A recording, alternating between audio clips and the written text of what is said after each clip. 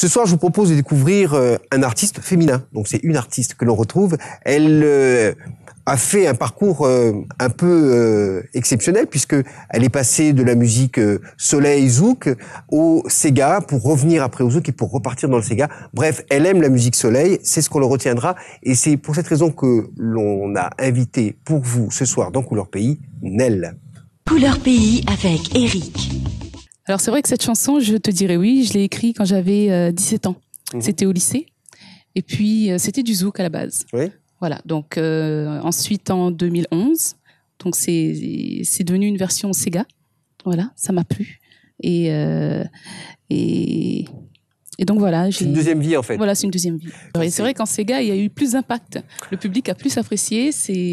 Il me semble quand même que nous sommes à La Réunion. Bien sûr. Le Sega reste quand même la musique de base et la musique populaire qu'on danse dans toutes les salles vertes, communion, baptême, mariage. Oui. C'est la musique populaire de notre île et on l'affirme plus que jamais dans notre émission.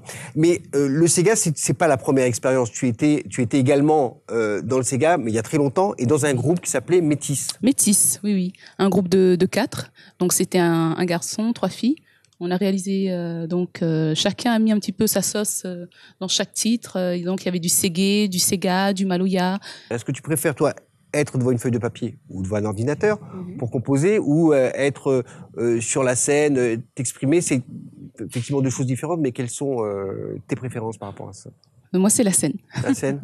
C'est la scène, c'est le public, c'est tout ça. Bon, les thèmes que tu abordes sont des thèmes, on a dit, très virés autour de l'amour. Hein, mais c'est l'amour sous toutes ses formes. Voilà. Alors, quels sont... Il y a le négatif, il y a le positif. Et... Voilà. Après, ça peut être, c'est du vécu. Et pas forcément du vécu, il y a aussi c'est le vécu de certaines personnes autour de moi.